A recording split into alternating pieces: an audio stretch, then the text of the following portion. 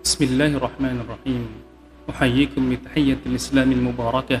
Assalamualaikum warahmatullahi wabarakatuh. Alhamdulillahirabbil alamin. Wassalatu wassalamu ala asrafil anbiya'i wal mursalin wa ala alihi wa ashabihi ajma'in. Amma ba'du. Qala Allah Ta'ala fi kitabihil karim, a'udzu billahi minasyaitonir rajim. Bismillahirrahmanirrahim. Syahrul Ramadan alladzi unzila fihi al-Qur'an hudan lin-nasi wa bayyinatin minal huda wal furqan. Amma ba'du. Sahabat Ramadan yang berbahagia, kita tentu faham bahwa orang yang menanam padi belum tentu menuai hasil panennya. Orang yang dia itu merawat hewan ternak juga belum tentu bisa mendapatkan panen dagingnya. Dan tentu kita faham bahwasanya tiap jengkal kayu itu pasti ada rayap yang siap menggerogotinya. Kita tentu faham pula bahwasanya setiap semayan padi yang kita tanam itu mesti akan menghadapi hama berupa tikus maupun serangga. Dan tentu kita faham sekuat-kuatnya besi yang kokoh itu pasti akan ada karat yang siap menggerogotinya hingga dia keropos dan patah. Oleh karena itu, kita sebagai santri, sebagai siswa dari sebuah madrasah besar bernama Ramadan, tak ada yang bisa menjamin bahwasanya kita kelak akan menuai pahala Ramadan kita. Karena kita faham bahwa tak semua orang yang berpuasa kelak akan dipanggil dari pintu surga yang bernama Ar-Rayyan.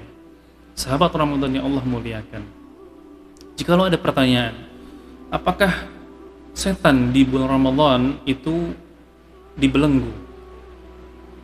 Jawabannya adalah ya, betul. Setan dibelenggu di bulan Ramadan ini.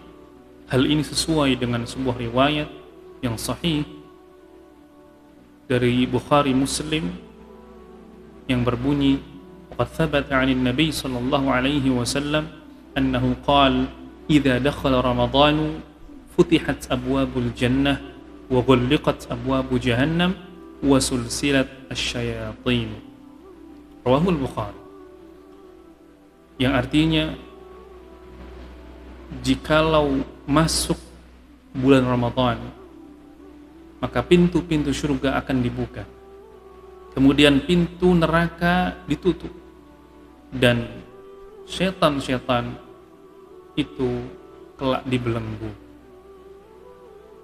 Jikalau kita melihat, mengembalikan makna daripada arti daripada setan, kata setan atau syaitan itu berasal dari bahasa Arab yang semisal dengan makna ba'uda. Syaitana bermakna ba'uda, atau para ulama mengatakan ba'uda an rahmatillah, yang artinya adalah sesuatu yang menyimpang jauh, khususnya menyimpang dari rahmat Allah Subhanahu wa ta'ala. Lantas, karena setan telah dibelenggu di bulan Ramadan, apakah kita boleh merasa aman? Dan ini banyak orang yang keliru dalam hal ini. Banyak orang yang merasa aman di bulan ini karena menganggap bahwasanya setan sudah tidak lagi bisa menggodanya. Setan sudah tidak bisa lagi menjerumuskan dia. Setan sudah dibelenggu sehingga dia aman dari melakukan dosa. Dan ini yang sejatinya keliru. Dan sungguh janganlah kita terlalu merasa aman sebagai seorang muslim dalam menghadapi bulan Ramadan. Selama ini kita cenderung merasa aman dengan tanaman yang kita semai, yang kita tanam di dalam bulan Ramadan ini. Kita percaya diri bahwasanya kelak kita akan menuai panen terbaik dari bulan Ramadan ini. Kita merasa terlalu yakin bahwasanya semua setan telah dibelenggu sehingga kita merasa aman daripada dosa dan maksiat. Ternyata kita salah. Kita lalai, kita cenderung abai dan lengah. Sampai-sampai kita lupa untuk menjadi sosok petani Ramadan terbaik di bulan ini. Kita lengah untuk menyiapkan pupuk terbaik. untuk tanaman Ramadan kita. Kita lupa untuk mencabut berbagai rumput-rumput liar, gulma yang mengganggu tanaman Ramadan kita. Kita lupa untuk menyiapkan anti hama terbaik, pestisida terbaik untuk menjaga tanaman-tanaman kita dari hama tersebut. Dan jikalau ada pertanyaan berikutnya, lantas setelah setan itu dibelenggu di bulan Ramadan, lantas mengapa masih banyak kemaksiatan terjadi? Masih banyak orang yang melakukan dosa dan maksiat di bulan ini. Sekali lagi, banyak muslim hari ini masih abai dan lengah. Ternyata masih ada sebab-sebab lain yang dapat membuat panen kita di bulan Ramadan, pahala amal soleh kita di bulan Ramadan itu kelak akan gagal. Dalam kitab Fathul Bari, Imam Al-Qurtubi menjelaskan ketika dia ditanya tentang hal ini, kaifa nara asyurur wal ma'asi waqi'ah fi Ramadan katsiran. Mengapa kita masih saja melihat keburukan, masih saja melihat maksiat itu terjadi di bulan Ramadan ini? Betul setan telah dibelenggu di bulan Ramadan. Betul setan telah diikat, dibelenggu di bulan Ramadan sesuai dengan riwayat tadi. Tapi sudahkah kita paham dan ingat bahwasanya hal-hal yang dapat menggelincirkan kita ke dalam jurang maksiat dan dosa itu tidak hanya setan. Ya, Imam Al-Qurtubi menjelaskan, melanjutkan penjelasannya, masih ada beberapa sebab mengapa keburukan dan maksiat dan dosa itu masih terjadi di bulan ini. Hal yang pertama, ingatkah kita bahwasanya kita adalah makhluk Allah Subhanahu wa taala yang Allah ciptakan tidak hanya memiliki iman di dalam jiwa kita, akan tetapi Allah juga masukkan, selipkan di dalam jiwa ini, yaitu yang berupa hawa nafsu. Ingatkah kita bahwasanya hawa nafsu itulah yang sering menjadi tunggangan syaitan untuk menggagalkan panen Ramadan kita. Hawa nafsu itulah yang sering dijadikan syaitan sebagai amunisi dan anak panah terbaik untuk menggerogoti amal-amal ibadah kita. Hawa nafsu itulah yang sejatinya harus kita latih. Hawa nafsu itulah yang sejatinya harus kita sapi. Dan Ramadan ini adalah momen terbaik untuk bagaimana kita melatih dan menyapih hawa nafsu kita. Poin kedua, lantas mengapa kok masih saja ada dosa dan maksiat di bulan ini? Karena Imam Al-Qurtubi menjelaskan, wa yuhtamal anna alladhi yusalsal wa yusaffat huwa maraddatu syayatin wa laysa kullahu. Hadis di atas memiliki persepsi lain bahwasanya yang dibelenggu di bulan Ramadan ini itu tidak semua syaitan. Ternyata yang dibelenggu hanyalah setan-setan yang ketuanya, yang besar-besar.